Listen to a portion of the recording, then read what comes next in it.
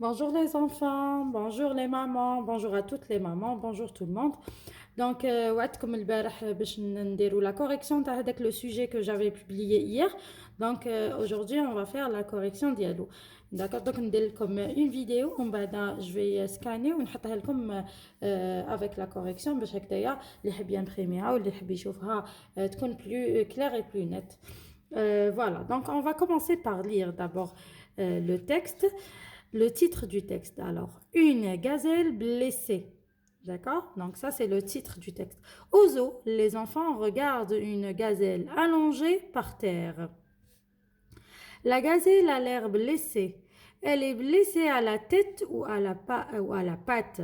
Alors là, c'est une question. Elle est blessée à la tête ou à la patte? Elle est blessée à la patte.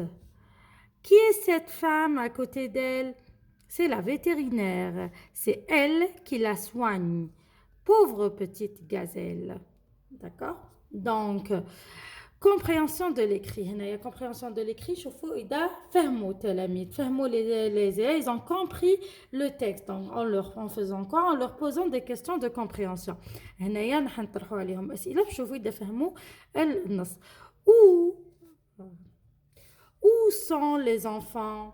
Donc, هنا ما نقولوش aux zoo directement. Non, نعودوا من la question.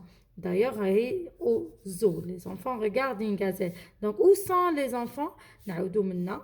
Les enfants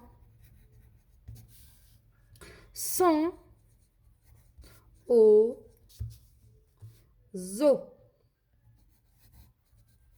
Point. Voilà. Les enfants sont au zoo. Réponds par vrai ou faux. La gazelle est blessée à la patte. Vrai ou faux? On a dit, la gazelle a l'air blessée. Elle est blessée à la tête ou à la patte?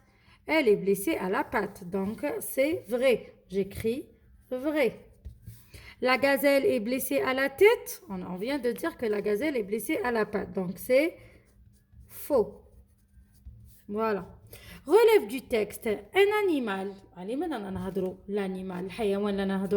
C'est la gazelle. Une partie du corps de cet animal. جزء من le corps تاع la gazelle. Le corps, c'est le جسم. D'accord? أعطيني جزء من جسم تاع la gazelle. Une partie du corps, le corps c'est le جسم تاع l'animal اللي هو la gazelle.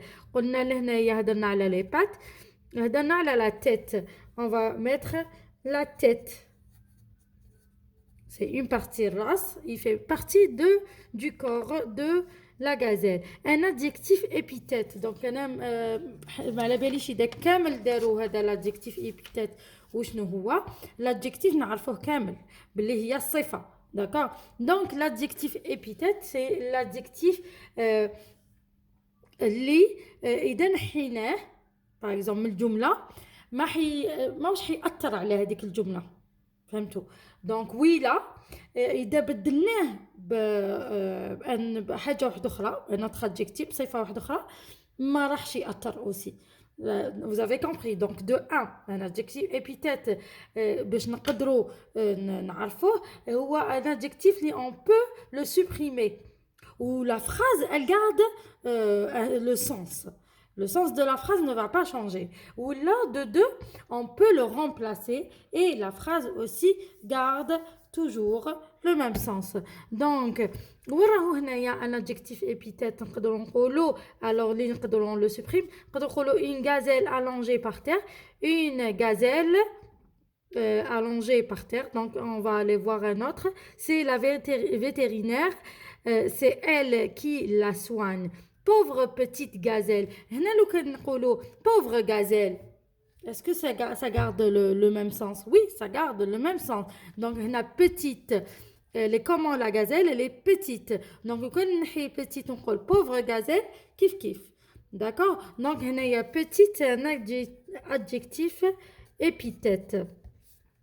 هنا il y a une gazelle allongée par terre, une gazelle par terre. هنا تاني allongé يقدر يكون un adjectif épithète. D'accord? Mais هذا يبان لكم خير petite.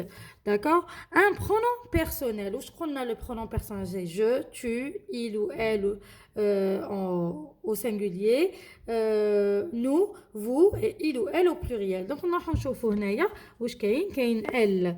Donc, نديرو elle. Voilà. Complète par un pronom personnel sujet. On vient de faire un pronom personnel, de savoir ce que c'est un pronom personnel. Là, les enfants visitent le zoo. Les enfants, par quoi on les remplace? D'abord, nous allons les enfants, un enfant, une enfant, déjà de un. Donc, c'est masculin. Ou les enfants, c'est il avec S. D'accord? Donc, on dit elle avec S. Donc, je remplace par il avec elle, S. Il avec elle. Il visite le zoo. Elle visite les enfants parce que là, on a fait le mot d'accord.